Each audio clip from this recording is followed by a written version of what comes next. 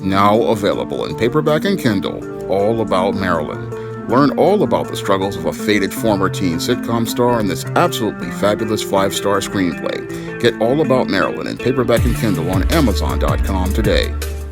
One of my viewers wanted me to do another installment in the Historical Men in Crisis series. And for this installment in the Historical Men in Crisis series, he wanted me to talk about Johnny Stompanato, also known as John Stompanato Jr. Now, your Johnny Stompanato was a man in crisis because he was involved with organized crime and was an enforcer for the gangster Mickey Cohen and the Cohen crime family in Los Angeles. And as he was an enforcer for your Mickey Cohen, your Johnny Stompanato got involved with actress Lana Turner and wound up in an abusive relationship where he physically abused actress Lana Turner and sexually abused her daughter by another man, Cheryl Crane. Now, your Johnny Stompanato, as I see it, started out on the road to becoming a man in crisis 6 days after he was born. Now, 6 days after John Stompanato Jr. was born, his mother wound up passing away, and once his mother wound up passing away from peritonitis, then your Johnny's father, John Stompanato Sr., wound up marrying another woman named Verna Freytag.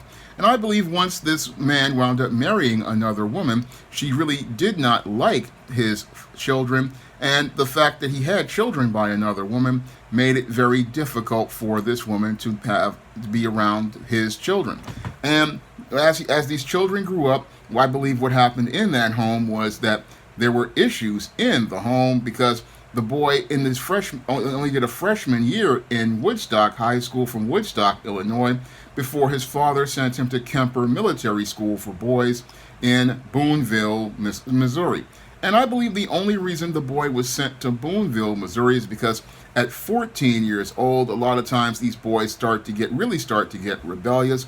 They really start to get defiant, and they start defying and challenging male authority figures.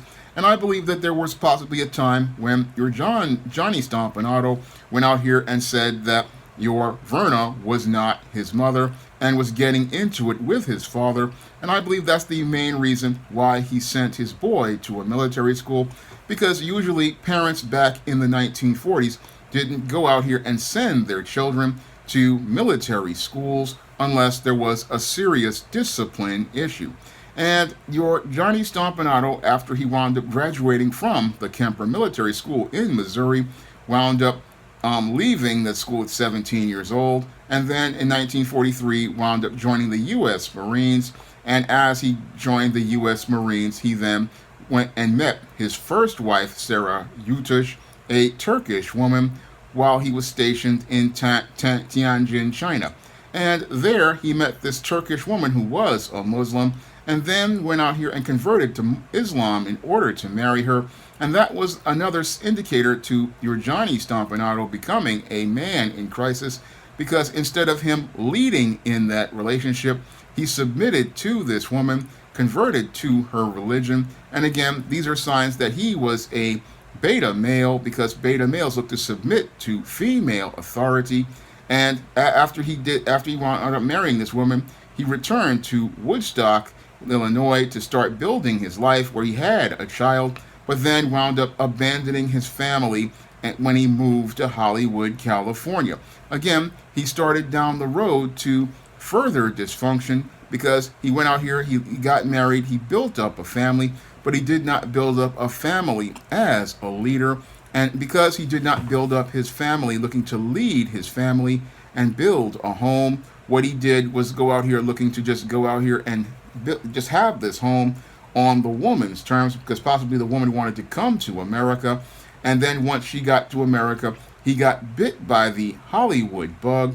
And once he got bit by the Hollywood bug, he abandoned his family, leaving his son to become the second generation of a man on the road to becoming a man in crisis, as he headed down the road to looking to become a Hollywood actor. And as he was looking to become a Hollywood actor, he was working as a so-called ceramics manufacturer, which was a Pookie style hustle, where he was making all sorts of pottery and carvings that he just called fine art in a place he called the Myrtlewood Gift Shop. And as he was making connections with people in Los Angeles' underworld, he became a bodyguard for a gangster known as Mickey Cohen, and then became an enforcer for the Mickey Cohen crime family. Now, as he was doing this, he was looking to go out here and build a career in Hollywood while trying to use his title, his clout as an organized crime member to bolster his status. And he ran afoul of Frank Sinatra in 1948 after Frank Sinatra tried to use his influence to tell Stompanato to stay away from actress Ava Gardner. But then the mob boss who ran the organization, Mickey Cohen, told Frank Sinatra to go back to his wife and children because he didn't get between men and their so-called broads. But what he didn't understand was your Johnny Stompanato was basically a Pookie, and this Pookie was going to cause a lot of trouble for him because your Johnny Stompanato, like a Pookie, he wanted to go out here and live the high life, but he really didn't want to go out here and do the work because he never really wanted to do the work as related to building anything. He wanted to come in and leech off other people, and that was a main staple for your Johnny Stompanato. He basically looked to use people as tools to move himself from place to place, and then eventually wound up becoming the right-hand man of your mobster Mickey Cohen after Nettie Herbert was slain in an ambush in July of 1949. Now, over that time, your Johnny Stompanato had been arrested for vagrancy and had been arrested for other sorts of crimes. And again, he was just a Pookie running around playing a big shot, but never really wanted to put in the work. And this whole image of being a tough guy and a thug, this attracted a lot of different actresses to him, like a woman named Helene Stanley, who he first got involved with in 1952. And as she got involved with this Pookie, she wound up eventually marrying him, but then wound up divorcing him 2 years later and marrying a doctor after having to deal with this Pookie. And again, this was his second marriage in not as many years. And again, he couldn't build because he wasn't looking to build anything or establish a home or establish a family. All he was looking to do was go out here and clout chase like a parasite, leeching on to popular people in order to elevate his status, because he didn't want to go out here and do any of the work. So what he would do is, like the Pookies of today, find himself an attractive woman with a job, and then as he went out here and found an attractive woman with a job, he would go out here and live off that woman. So your Johnny Stompanato is no different than a Pookie in the hood.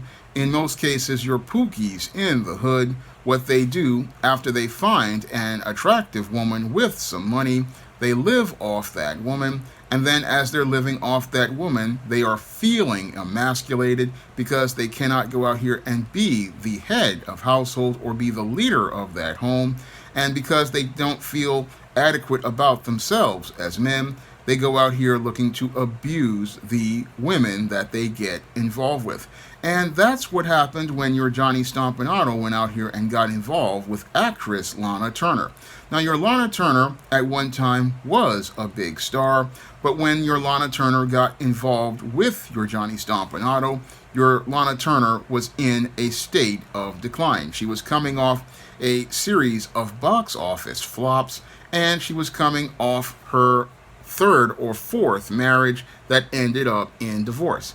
And with your Lana Turner having extremely low self-esteem, being a single mother with a daughter by another marriage, and she's out here struggling as related to her career, your Lana Turner then decided to go out here and get involved with your Johnny Stompanato. And as she got involved with your Johnny Stompanato, she didn't realize that she was going from a bad situation to a worse situation. And she was going into a worse situation because your Johnny Stompanato basically was a good-looking Pookie.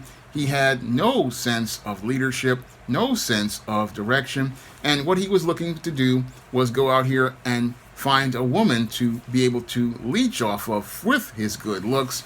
After seeing that his relationship with Helene Stanley wound up failing, he then looked for another woman to go out here and leech off of, and your Lana Turner was the perfect fish to go out here and suck on, and that's what he was doing with your Lana Turner. Now, your Johnny Stompanato became again emasculated, and he became extremely frustrated because he could not be a man, and because he felt like he could not be a man, he just wound up getting frustrated at the fact that he could not be a success in Hollywood. And as a mobster, he was basically number two behind your Cohen. And since he felt like he was number two, he felt powerless. And the way he took his power was through violence and sexual deviancy. And I talk about this in my book, The Man Crisis, in the chapters The Sexual Frustration of the Beta Male and the Sexual Deviancy of the Beta Male. And in these cases, a man, because he's frustrated, he goes out here and looks to physically and sexually abuse women to get some sort of power. And that's what your Johnny Stompanato did when he was with your Lana Turner. He would go out here and have these extremely hot, heated arguments in their tumultuous relationship. And when he felt like he could not win the arguments, he went out here and physically abused your Lana Turner. And he sexually abused your Cheryl Crane, the daughter of Lana Turner.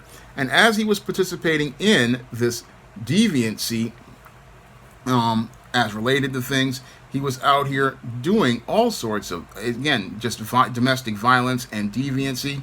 And this is what your Johnny Stompanato participated in because he was feeling powerless. And as your Lana Turner, after losing her MGM contract, got another movie called Another Time and Another Place, his insecurities and jealousy got so bad that he literally got on a plane and went from California all the way to England, stormed onto the set of the movie Another Time and Another Place, and threatened actor Sean Connery with a gun. Now, your Sean Connery is a man's man, and he was not fazed by this beta male because as a bodybuilder and a black belt, he then went out here and bent Stompanato's hand back, made him drop his gun, and after being humiliated by Sean Connery, the police were contacted, and your Stompanato was wound up being arrested and deported from the United Kingdom. Now, this whole incident was so bad that one mobster actually held Sean Connery responsible for Johnny Stompanato's death, and they didn't really understand that Johnny Stompanato was the only person responsible for Johnny Stompanato's death because Johnny Stompanato did not feel like a man. He felt very inadequate as related to his manhood and masculinity, and this is what led to him physically abusing your Lana Turner and again sexually abusing Cheryl Crane.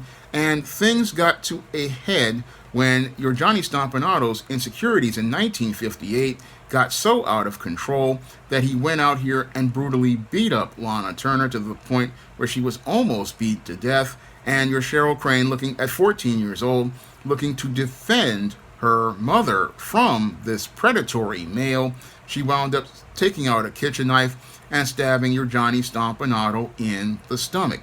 And as a result, your Johnny Stompanato wound up dying, and after the police did their investigation, they found that your Johnny Stompanato's death was a justifiable homicide, and I would have to say it's a justifiable homicide because your Johnny Stompanato, again, like most Pookies who are in another woman's home, they feel powerless, and in order to take power, they look to go out here and abuse people, and the only way for those people to protect themselves from this mad violence is to defend themselves. So your Cheryl Crane had no choice other than to take out your Johnny Stompanato, and the police, this was a justifiable homicide, and sadly, your Cheryl Crane wound up traumatized for many years, and this led to her becoming on the road to becoming a woman in crisis.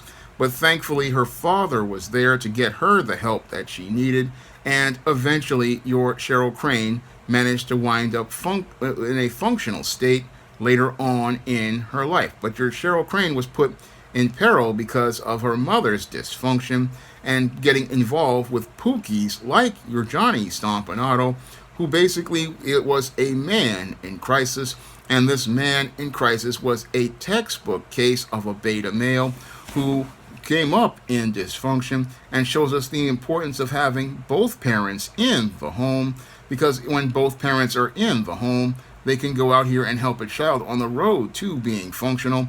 But your Johnny Stompanato was on the road to dysfunction at an early age, sadly, because his mother passed away, and that led to him going on the road to becoming a man in crisis. And this man in crisis was a ticking time bomb for an extended period of time.